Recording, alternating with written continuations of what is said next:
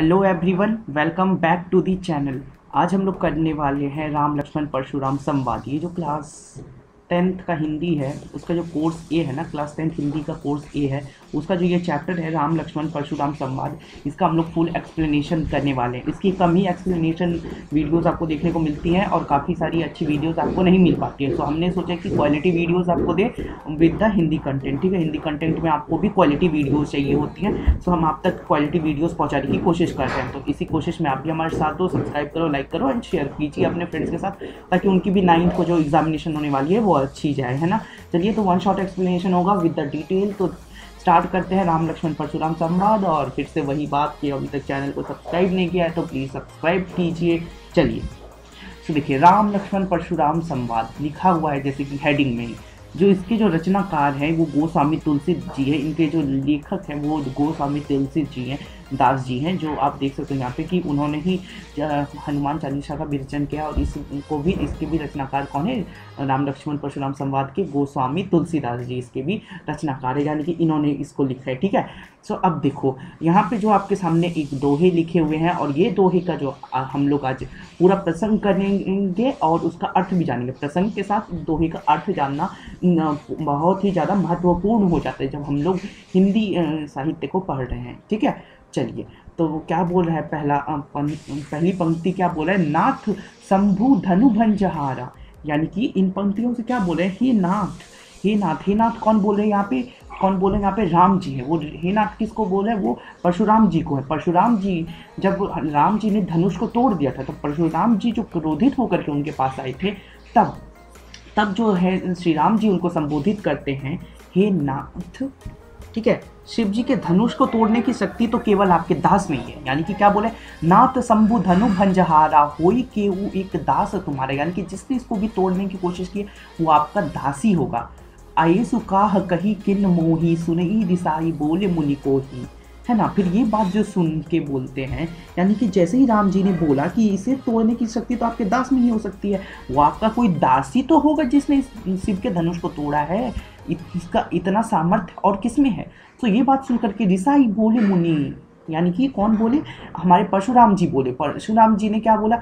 सेवकों से जो करे सेवकई, यानी कि सेवक वही है जो सेवा करने का काम करे। ठीक है, सेवक वही है जो सेवा करने का काम करे, है ना।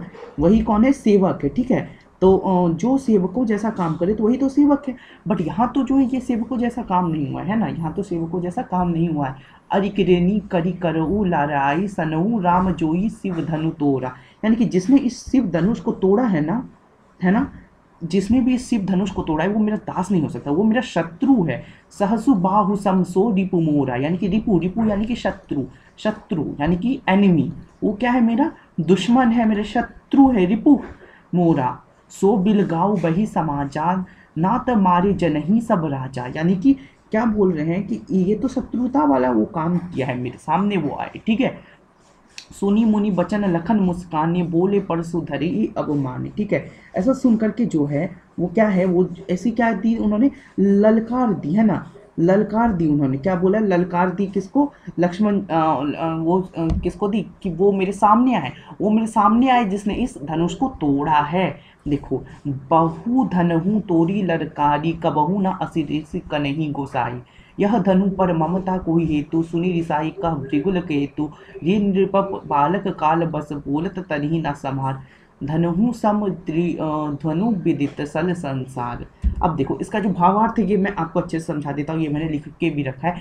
इन पंक्तियों में जो श्री राम जी है वो परशुराम जी से कह देते हैं कि हे नाथ, शिव जी की इस धनुष को तोड़ने की तो शक्ति केवल आपके दास में ही हो सकती है, और इसलिए वह आपका कोई दास ही होगा जिसने इस धनुष को तोड़ा है और जिसने इस धनुष को तोड़ने की कोशिश की है।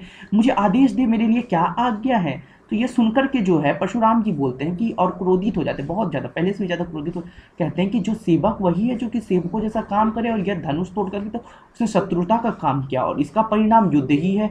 और उसने यह युद्ध को इस धनुष को तोड़ करके मुझे युद्ध के लिए ललकारा है, इसलिए वो अब मेरे सामने आ जाए। वो मेरे सामने आ जाए क्यों? क्योंकि उसने इस धनुष को तोड़ करके मुझे ललकारा है।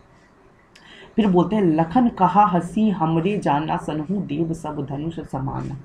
ठीक है, देखिए यहाँ पे क्या बोल रहे हैं, लखन कहा हसी हमरे जाना, सनहु देव सब धनुष समाना, का छाती लाभ जनो धनु तोरे, देखा राम नयन के भोरे। ये इसका मतलब क्या है, ये एक टाइप का दोहा है और इसका मतलब क्या होता है। तो लक्ष्मण जी ने लखन, लखन जो है लक्ष्मण जी के लिए आ रहा है, ठीक है, ये जो है लक्ष्मण जी के लिए आ रहा है और ये कहते हैं हंसी हमरे जाने, यानी कि ये हंस कर कहते हैं हे देव सुनिए, क्या बोलते हैं, सुनहु देव, यानी कि हे देव सुनिए, जब धनुष समाना, यानी कि तब क्या बोल रहे हैं कि सभी धनुष एक ही तो समान है, पुराने धनुष को, यानी कि का छाती लाभ जनु धोर तोड़े, यानी कि क्या है कि पुराने धनुष को तोड़ने में क्या हानि, क्या लाभ है ना, देखा राम नयन के भोरे, यानी कि श्री रामचंद्र जी ने तो इसे नवीन के धोखे से देखा था, है ना, नवीन के धोखे से देखा था। अब देखो फिर क्या बोलते हैं, मैं एक बार क्या करता हूँ, ये आपको पूरा पढ़ के सुना देता हूँ, उसके बाद एक साथ ही कर लेंगे पूरा का सार, ठीक है। फिर बोलता है छुअत टूट रघुपति ना दोसु, मुनि बिन काज करे कतरेसु, बोले चितय परसु की ओरा, रे सठ सुनहि सुबहु ना मोरा, बलकु बोली बंधु ना ही तोही, केवल मुनि जड़ जन ही मोही। यानी कि ये यहाँ पे अब क्या बोले, यहाँ जो है अब जो देखा राम नयन के भोरे के बाद, यानी कि क्या है कि रामचंद्र जी ने उसका उसमें दोष नहीं था, तो वो तो धोखे से हुआ था। सो पर यहाँ पे क्या बोलते हैं, बोले चिते परसु ओरा, यानी कि यहाँ पे बोल रहे हैं वो कि परंतु इसे छूते ही टूट गया ना, तो इसमें राम जी का कोई दोष ही नहीं, ये तो सिर्फ छूते ही, राम जी के छूते ही टूट गया है ना, है ना, राम जी के क्या हुआ, छूते ही टूट गया है। तो मुनि आप बिना ही कारण के क्रोधित क्यों करते हैं, ये लक्ष्मण जी बोल रहे हैं परशुराम जी को कि आप क्यों क्रोधित हो रहे हो, राम जी ने तो इसे सिर्फ छुआ है और वो टूट गया, ठीक है। फिर बोल रहा है कि बाल ब्रह्मचारी अति कोही, विविध विदित क्षत्रिय कुल दोही, ब्रिजु भूमि भूप बिनु कनहि, विपुल बार मनहि वनदनहि, सिहस बाहु भुज छनिधि हारा, परसु बिलोक महिक पुर मारा, मातु पित ही जनी सोचस बस करसी, मही करी सोच गनभव के अरवक, दलन परसु मोर अति घोर। यानी कि अब इसका अर्थ क्या है, एक साथ समझ लेते हैं कि लक्ष्मण जो यहाँ हंस करके बोलते हैं हे देव सुनिए, हमारे जान में तो सभी धनुष एक ही समान से हैं, हमारे जान पहचान में तो सारे धनुष एक समान के ही होते हैं, और पुराने धनुष को तोड़ने में क्या हानि, क्या लाभ है। ये किसको बोले, परशुराम जी को। रामचंद्र जी ने तो इसे सिर्फ नवीन से धोखे से देखा था और इसे छूते ही टूट गया, तो इसमें उनकी क्या दोष है, ये तो सिर्फ छूने से ही टूट गया, उन्होंने कुछ किया थोड़ी, ये तो उन्होंने छुआ बस टूट गया। मुनि आप बिना ही कारण के क्रोधित हो रहे हैं, मुनि आप बिना ही कारण के क्रोधित हो रहे हैं। तो ये बात सुनकर के परशुराम जी अपने फरसे की ओर देखकर बोले, अरे दुष्ट, दुष्ट किसको बोल रहे हैं, वो लक्ष्मण जी को बोल रहे हैं, अपने फारसे की ओर देखते हैं। फारसा क्या होता है, इस टाइप का कोई एक अस्त्र होता है, ठीक है, अस्त्र होता है फारसा, जो वो चलाने के लिए यूज करते हैं किसी को हानि पहुंचाने, ठीक है। फिर बोले अरे दुष्ट, तूने मेरा स्वभाव नहीं सुना, मैं तुझे बालक जानकर नहीं मारता हूं, अभी तक मैं चुप हूं क्योंकि तू बालक है, मेरा स्वभाव तू नहीं जानता है। परशुराम जी बोल रहे हैं किसको, दैट इज लक्ष्मण को बोले, अरे मूर्ख, क्या तू मुझे निरा मुनि ही जानता है, मैं बाल ब्रह्मचारी और अत्यंत क्रोधित हूँ, मैं बाल ब्रह्मचारी हूँ और मैं अत्यंत क्रोधित हूँ। क्षत्रिय कुल का शत्रु तो विश्व भर में विख्यात हो, मैं जो क्षत्रिय कुल का जो हूँ वो तो पूरे क्या है, पूरे विश्व भर में विख्यात हुआ है ना। अपनी भुजाओं के बल से मैंने पृथ्वी के राजाओं को, मैंने अपनी भुजाओं को, ये जो मेरी भुजा बल है ना, इसकी वजह से मैंने क्या किया, राजाओं को पराजित कर दिया है ना, बहुत से ब्राह्मणों को दे डाला है ना, बहुत सारे ब्राह्मणों को राजाओं से रहित कर दिया है, जिन्होंने क्या किया था, पृथ्वी के राजाओं ने जिन भी ब्राह्मणों को पकड़ के रखते उनसे मुक्त किया है। हे राजकुमार, सहस्र बाहु की भुजाओं को काटने वाले मेरे इस फरसे को देख, ये जो मेरे पास ये फरसा है, इस टाइप का इंस्ट्रूमेंट है, ये देख, ये जो सहस्त्र बाजुओं को यानी हजारों बाजुओं को जो काट चुका है, सहस्त्र मतलब 1000 होता है, हजारों बाजुओं को जो काट चुका है उसको देख। अरे राजा के बालक, तू अपने माता पिता की सोच वशन न कर, अब अपने माता पिता का बात बारे में सोच, तो वशन ना कर, मुझसे बहस ना कर, मेरा फारसा बड़ा भयानक है, यह गर्भों के बच्चों को भी नाश करने वाला है, ये जो है गर्भों के बच्चों को भी नाश कर देता है। ये जो अभी आपने ये पढ़ा, इसका ये भावार्थ है पूरा का पूरा, मैंने आपको बता दिया। आई होप आपको ये समझ में आ गया कि जो है पूरी की पूरी लक्ष्मण जी ने जब हंस करके कुछ बातें बताई, उसके तब जो है आपको पता है परशुराम जी का जो स्वभाव है शुरू से क्रोधित है, ठीक है, तो उन्होंने ऐसा किया, ठीक है। फिर फिर बोलते हैं बिहसी लखन बोले मृदुबानी अहो मनुषी महाभटमानी, है ना। यानी कि क्या बोले कि परशुराम जी डींगे सुनकर लक्ष्मण मुस्कुराते, कहते कि आप जो है ये डींगे कर रहे हैं, और वो उनको सुन करके मुस्काते हैं। पुनि पुनि मोही देखब कठारू चाहत उड़वान भूक परहाऊ इदान कुम डई बतिया कोई नाही जे तरजनी देखो मर जाही देख कुठार सरासन बाना मैं कुछ कहा सहित अभिमाना, है ना। ये वैसे ही देख करके लक्ष्मण जी मुस्कुराने लगते परशुराम जी के बात को सुन करके, और बोलते कि परशुराम जी तो जाने माने योद्धा निकले, आपका जो फारसा है देखकर मुझे डर, आप मुझे इसको देखा करके डराना चाह रहे क्या। भृगुसूत समझी जनऊ बोल की जो कहत कहू सहू रिस रोग की सुर महिषासुर जन ही आरुगाई में हमरे कुल इन्हीं पर सुर आई बांधे पाप अपकरी हरे मृत्यु पर ई तुम्हारे कोटि कलसी सम वचन तुम्हा व्यर्थ धरऊ धन बान कुठारा जो बलि के अचलित के हूँ क्षमहु महामुनि धीर सुन सरेस भृगुवंश समानी बोले गिरहा गंभीर। यानी कि अब इसका अर्थ जो है ना एक बार अच्छे से जान लेते हैं। भावार्थ जो बड़ा ही छोटा है, इतना बड़ा जो है ना बस उसका छोटा सा भावार्थ है। बोल वहां पे क्या चाह रहे कि परशुराम की जो ये डींगे जो सुन रहे थे ना उनकी जो लक्ष्मण मुस्कुराते और कहते हैं बड़े प्रेम भरे स्वर में बोलते हैं और कि परशुराम तो जाने माने योद्धा निकले, आप जो है परशुराम जी आप तो जाने माने योद्धा निकल गए, आपका ने तो आप मुझे अपने फरसा दिखा करके डराना चाह रहे हैं, मुझे मानो फूक से ही पहाड़ उड़ाना चाहते हो। यानी कि आप तो ऐसी बातें कर रहे हो कि आपके फूक से ही पहाड़ जो है वो क्या हो जाएगा, उड़ जाएगा। परंतु मैं कोई छुई मुई का वृक्ष नहीं हूं जिसे आप अपनी तजनी उंगली दिखाकर बुझा सकते। छुई मुई का क्या होता है, अपने मीमू का पुरी का क्लास साइंस में पढ़ा होगा ना, वही होता है छुई मुई का पेड़ जिसको सिर्फ छू लेने से, टच मी नॉट प्लांट उसको बोलते हैं, उसको क्या हो जाता है ना, मुरझा जाता है। ठीक है, तो ये छुई मुई का वृक्ष मुझे मत सुनिए कि आपकी जो तर्जनी उंगली है उससे ही मैं सिर्फ एक उंगली से ही मैं क्या हो जाऊं, मैं मुरझाऊं, ऐसा नहीं है मेरे साथ। मैं आपकी इन बड़ी बड़ी डींगों से डरने वाला में से नहीं हूं। आप जो इतनी बड़ी बड़ी बातें बोल रहे हो उससे मैं डरने वाला नहीं हूं। परशुराम जी को ये बता रहे हैं, ठीक है लक्ष्मण जी। ठीक है, तो आगे पढ़ते हैं क्या बोल रहे हैं। अब आगे फिर से दोहे हैं, उसको पढ़ लेते हैं, उसके बाद कहते हैं कौशिक सनहु मंद येहु बालकऊ कुटिल काल बस निज कुल धालक, है ना। ये यहाँ पे क्या बोल रहे हैं कि हे मित्र सुनो, यह बालक बड़ा कुबुद्धि है और कुटिल है। और ये जो है ये बात सुन करके वो विश्वामित्र को बोलते हैं कि ये जो बालक है, सुनियो विश्वामित्र, ये जो बालक है बड़ा ही कुबुद्धि और कुटिल है, काल के वश को होकर भी घातक बना रहा है।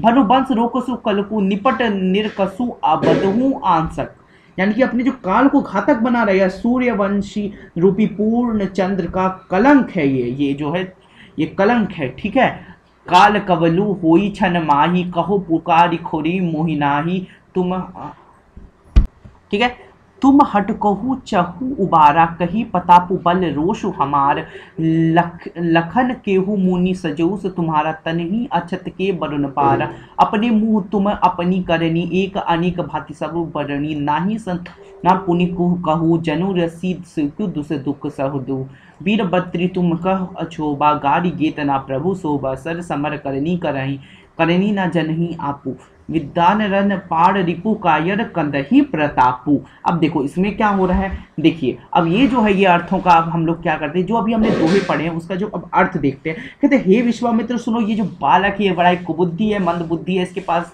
बड़ा ही कुटिल है, ये जड़िल है बहुत ही ज्यादा, काल के वश के सामने, काल किसको बता रहे हैं, खुद को बता रहे हैं काल, ठीक है, ये हो करके भी ये जो है खुद घातक बना रहा है। और ये सूर्यवंशी पूर्ण चंद्र का कलंक है, ये सूर्यवंशी पूर्ण चंद्र का ये कलंक है, ये बिल्कुल उद्दंड है, मूर्ख है, निडर है, उद्दंड भी है, मूर्ख भी है, निडर है।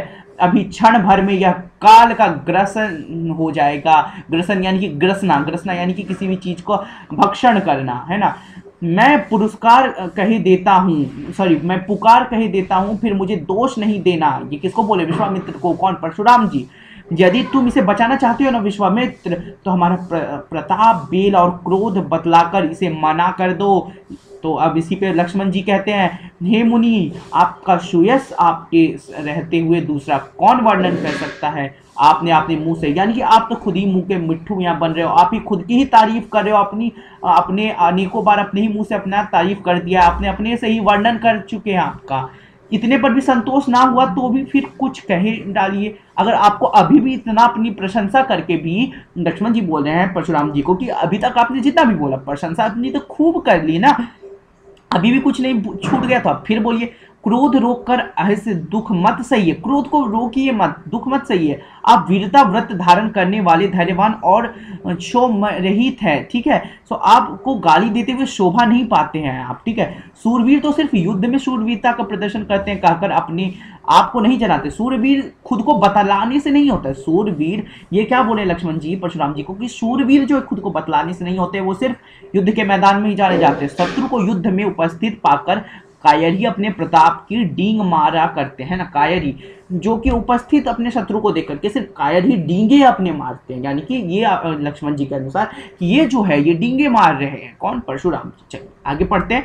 आगे भी है, कहते हैं तुम्ह कौ कालू हक जनुलावा, है ना। क्या बोले यहाँ पे? आप तो मानो काल के हंसकर बार बार मेरे ऊपर बुलाते हैं। तो बोलते हैं आप तो मानो कि काल को ही अपने हंसकर मेरे ऊपर बार बार बुला रहे हैं, ठीक है। आप तो बातें ऐसी कर रहे हैं, है ना। सो अब देखो आगे क्या है, देखो क्या बोलता है। तुम्ह को कलु हक जनुलाबा बार बार मोही लगी बोलाबा सुनत लखन के बचन कोठारू परसु सुधारी धर को धोरा। यानी कि अब यहाँ पे क्या बोल रहे हैं कि लक्ष्मण जी के कठोर वचन को सुनकर के परशुराम जी ने भयानक फरसे से क्या किया, अपने हाथ में ले लिया और उस पर प्रहार करने की जैसी चेष्टा की, ठीक है। जब जानी दुई दस मोही लेगु कुट बयादि बलकु बाल बलिक बहुत में बाचा या मन ही हार साचा कौशिक कहा छमहु अपराधु बाल दोष गुण जन साधु खगर कुठार में अग्नु को ही आगे अपराधो गुरुदो ही उतर देहु छिंडो रे केवल कौशिक सील तुम्हारे नायति कट कुटार कोठेरे गुर ही अरिन हतु संग धोरे गदि सुनु कह हृदय हसी मुनि हरतियारे सूज अखन में खांड नहीं उप अजहू ना बूझ अबुझ। यानी कि क्या है, अब देखिए इसका अर्थ पढ़ते हैं। अर्थ पढ़ते हैं ना, देखो पहले क्या करते हैं हम लोग, पहले तो पूरा का पूरा वो सार पढ़ लेते हैं, फिर उसका भावार्थ भी देखते हैं। अब तो मानो काल के हाँक कर लगाकर बार बार मेरे लिए बुलाते हैं, लक्ष्मण जी बोल रहे हैं। तो इन सारी चीजों को बार बार लक्ष्मण जी की वचन को सुनते हुए परशुराम जी बोलने लगते हैं कि हे बालक, वो क्या बोलते सुनते ही परशुराम जी अपने भयानक फरसे को सुधार कर हाथ में ले लेते हैं और बोलते हैं अब लोग मुझे दोष ना दे, यह कड़वा बोलने वाला एक बालक मारे जाने का ही योग्य है। ये जो ऐसा बात बोलता है ये सिर्फ मारे जाने का ही योग्य है। इस बालक को देखकर मैंने बहुत बचाया है, पर आप यह सचमुच मरने को ही आया है। विश्वास, फिर ये बात जब बोल दिया उन्होंने तो अब आते हैं बीच में विश्वामित्र जी और वो कहते हैं कि अपराध क्षमा कीजिए परशुराम जी, बालकों का दोष और गुण के साधु लोग नहीं गिनते हैं। बालकों का दोष जो है साधु लोग नहीं गिनते हैं। परशुराम जी बोलते हैं तीखी धार का कुठार में दया रहित और क्रोधी और इस गुरुद्रोही और अपराधी मेरे सामने उत्तर दे रहा है।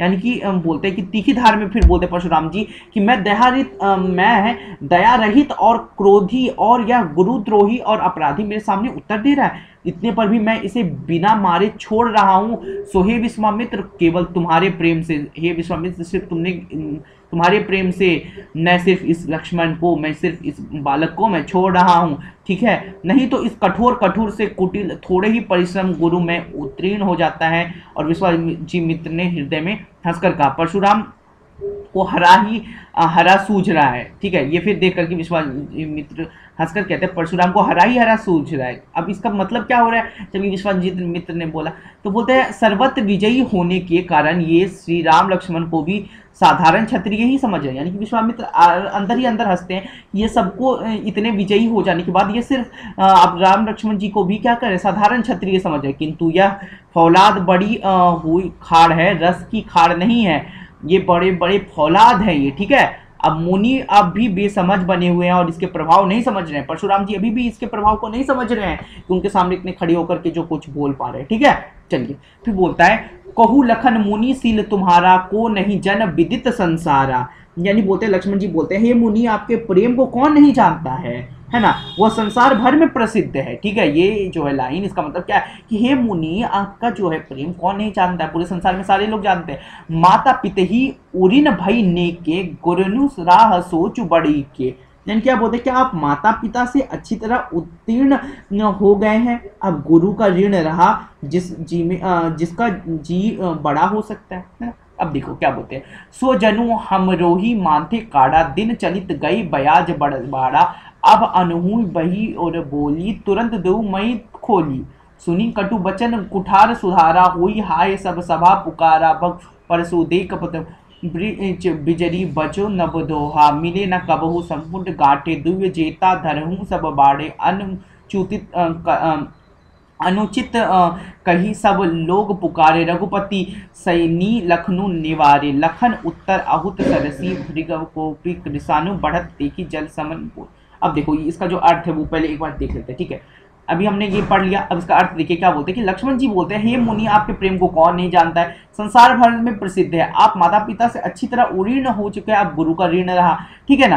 अब देखो यह मानो कि हमारे माथे जो है ये कड़ा हुआ था, ये जो है ऋण ये हमारे माथे में कड़ा हुआ था, बहुत दिन बीत गए, इसे ब्याज भी बहुत बढ़ रहा गया होगा ना, ये लक्ष्मण जी बोल रहे परशुराम को। अब किसी हिसाब करने वालों को बुला लीजिए, मैं तुरंत थैली खोल कर दे दूं, है ना। आप हिसाब करने वाले को बुला लीजिए, मैं थैली खोल कर दे दूं। लक्ष्मण जी ने इस करवे सुनकर परशुराम जी ने कुठार संभाला और बोले, सारी सभा हाय हाय करके पुकार उठी, ठीक है। लक्ष्मण जी ने क्या कहा कि भृगु श्रेष्ठ आप मुझे फरसा दिखा रहे हैं, पर हे राजाओं के शत्रु मैं ब्राह्मण समझ कर बचा रहा हूं, आपको कभी रणधीर बलवान वीर नहीं मिले हैं, यानी कि आपको तो सारे लोग कमजोर ही मिले हैं, आपको कभी भी एक वीर को ही नहीं मिला है, आप ब्राह्मण है, देवता है, आप क्षत्रियो को वध कर रहे हैं, परंतु आपको ऐसा क्षत्रिय नहीं मिला है। हे ब्राह्मण देवता आप घर में ही बड़े हैं, यह सुनकर अनुचित है, यह अनुचित है, यह कहकर सब लोग पुकार उठे, है ना। तो तब रघुनाथ जी जो है यानी कि जो श्री राम जी है तो इशारे से लक्ष्मण जी को रोक दिया और लक्ष्मण ने उत्तर दिया, जो आहुति के समान थे, परशुराम जी के क्रोध रूपी अग्नि को बढ़ते देखकर रघुकुल सूर्य चंद्री जल के समान शांत करने वाला वचन बोले, है ना। अब चलिए आगे चलते हैं और देखते हैं क्या है। तो इसी के साथ जो आपका चैप्टर जो है, चैप्टर इसी के साथ आपका एंड हो जाता है, ठीक है। ये जो था ये पूरा आपका सार था, इसमें पूरा जो है एक मैं समरी अगर शॉर्ट समरी दूं तो एक सेकंड में क्या कर देता हूँ, लिख भी देता हूँ आपके सामने ताकि आप लोगों को भी कंफ्यूजन ना। अब क्या करते हैं, इसका क्या करते हैं ना, शॉर्ट समरी अगर मैं दूं आपको, ठीक है, शॉर्ट समरी अगर मैं आपको दूं तो अब ये क्या बोलता है शॉर्ट समरी में कि जो सारी बातें हो रही हैं वो यहाँ पे हो रही हैं राम लक्ष्मण परशुराम के संवादों में हो रही है। जो भी बात हो रही है ना ये सारी कब हो रही थी, जब राम जी ने धनुष तोड़ा था सीता जी के, दैट इज जब उनका स्वयंवर हो रहा था, है ना। चलिए तो ये कुछ प्रश्न उत्तर है, आप इसको देख सकते हो, परशुराम जी ने ये आप देख सकते हो, प्रश्न और उत्तर देख सकते हो, इसको सॉल्व कर सकते हो और इसका मुझे आंसर नीचे बता सकते हो, ठीक है। इसी के साथ आपका जो ये चैप्टर पूरा फिनिश हो चुका है, तो इसके लिए आपका बहुत बहुत धन्यवाद। यहीं तक आप बने रहे और आपने पूरा का पूरा राम लक्ष्मण परशुराम संवाद मेरे साथ सुना और सारे अर्थों को जाना, सारे वचनों को जाना, और इससे और अच्छी बातें क्या हो सकती हैं। फिर मिलते हैं नेक्स्ट वीडियो में, उसमें एक नई हिंदी की वीडियो आ जाएगी, ठीक है ना। Till then take care and bye bye.